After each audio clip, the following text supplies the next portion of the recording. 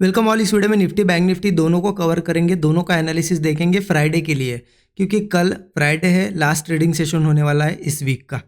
लेकिन उससे पहले देख लेते आज के लिए क्या एनालिसिस किया था, क्योंकि एक्सपायरी थी निफ्टी की, थर्सडे था।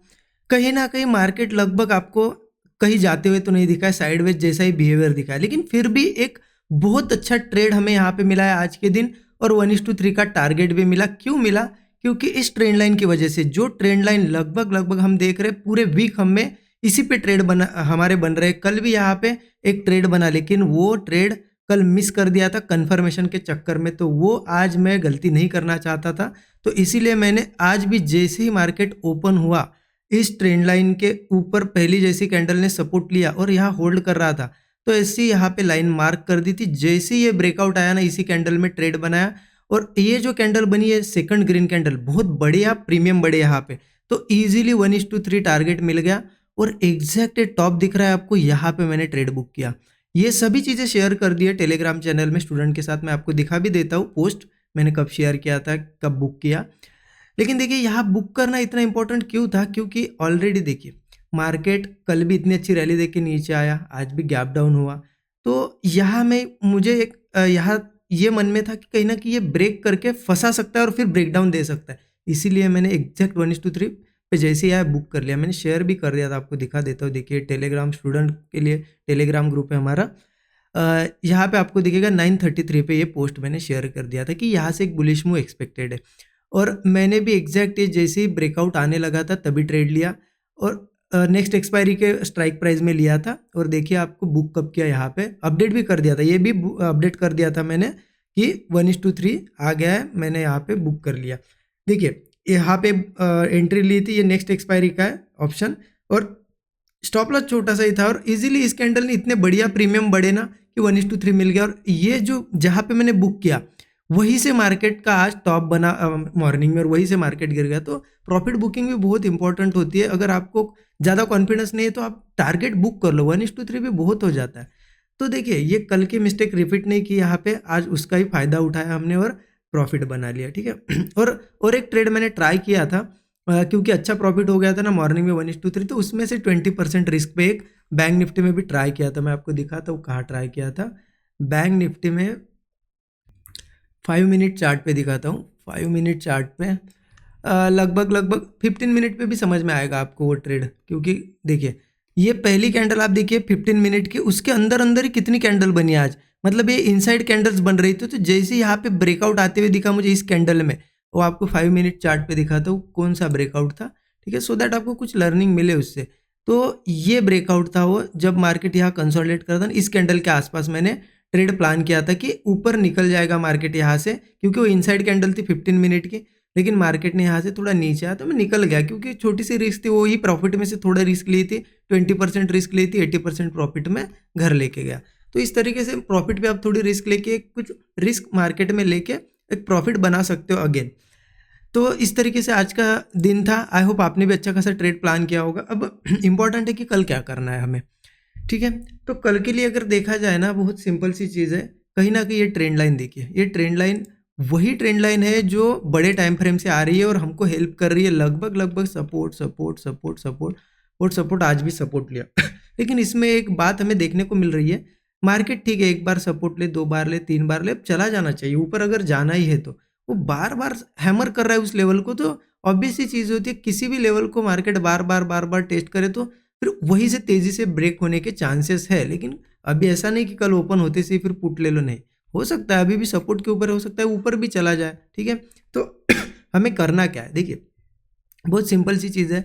मार्केट इतनी बार अगर कितनी हो गई, अभी 7-8 बार हो गया सपोर्ट लिया, वापस अगर इस ट्रेंड लाइन के पास ही कल ओपन होता है, कंसोलिडेट वगैरह करके ब्रेक करे, तो बहुत एक फास्ट मूव भी दे सकता है। तो ये अपॉर्चुनिटी हम मिस नहीं करेंगे। या फिर मान लो इन लेवल्स के नीचे, ये 22,820 के नीचे अगर मार्केट कल सस्टेन करने में कामयाब रहा, तो फिर वो सस्टेन करता है और कोई ब्रेकडाउन छोटा सा भी बनता है तो मार्केट तेज़ी से निकल जाएगा। फिर सपोर्ट है नीचे के 22,660, 22,560, ये हमारे सपोर्ट लेवल से एज ए टारगेट हम इन्हें यूज कर सकते हैं, ठीक है।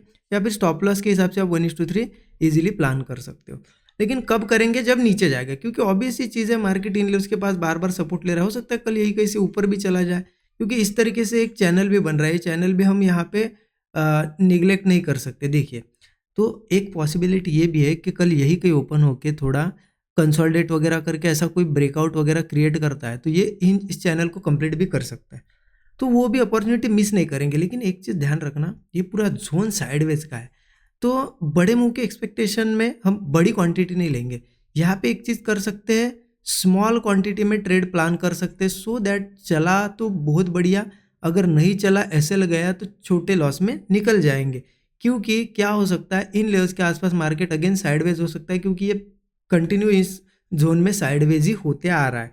तो साइडवेज अगर होता है तो एक चीज़ ध्यान रखना, फिर इस जोन में अगर आप ट्रेड कर भी रहे हो ना, एक चीज़ ध्यान रखनी पड़ेगी। मान लो बुलिश ट्रेड लो, बेरी जो भी आपको लेना है, लेकिन आपका एक बार अगर एसएल चला जाए ना, उसके बाद ट्रेड मत प्लान करो, क्योंकि यहाँ पे इतना ज़्यादा साइडवेज हो सकता है और मार्केट आपको यहाँ पे बहुत सारे फिर ट्रेड लॉसेस, मतलब जितने भी ट्रेड लोगे लॉस में जाएगी। इसलिए यहाँ पे एक ट्रेड प्लान करो, एसएल आए या फिर टारगेट आए निकल जाओ, इस तरीके से कर सकते हैं हम।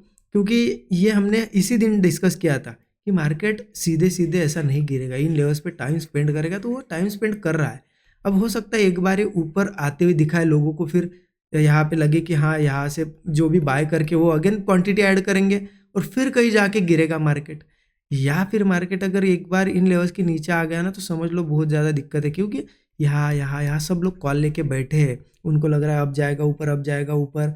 यहाँ पे भी ब्रेकआउट जैसा दिखाया था, तो उनके सबके स्टॉप लॉस यहाँ है। मार्केट अगर ये 22,820 के नीचे ट्रेड करने लगा ना, तो सबके स्टॉप लॉस कटेंगे, इतनी तेज़ी से गिर सकता है।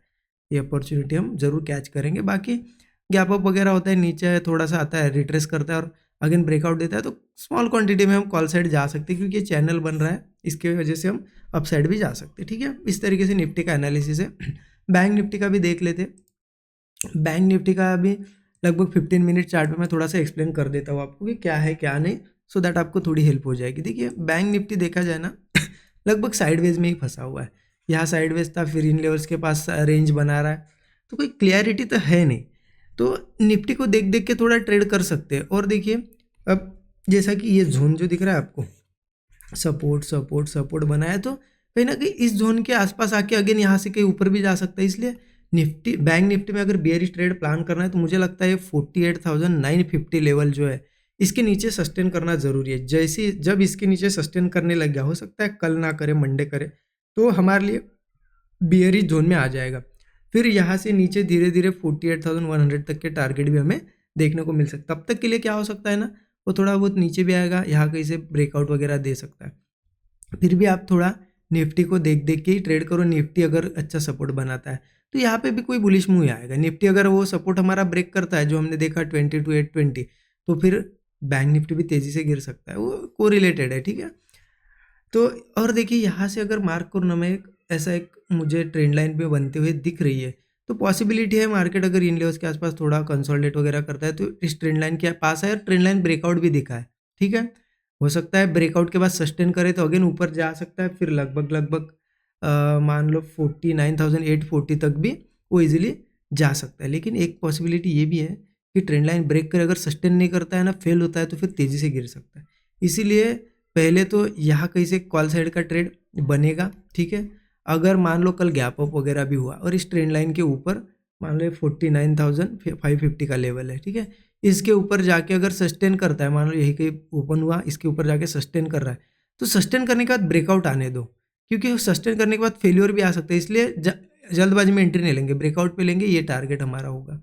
या फिर आप 40-50 पॉइंट का स्टॉप लॉस रखते हो तो 1:3 का टारगेट भी बहुत हो जाएगा। ठीक है, तो इस तरीके से निफ्टी बैंक निफ्टी में प्लान करेंगे। आई होप आपको एनालिसिस से ज़रूर हेल्प हो रही होगी। मुझे कमेंट में ज़रूर बताइए और वीडियो को अब तक लाइक नहीं किया ना, लाइक ज़रूर करें। Thank you so much.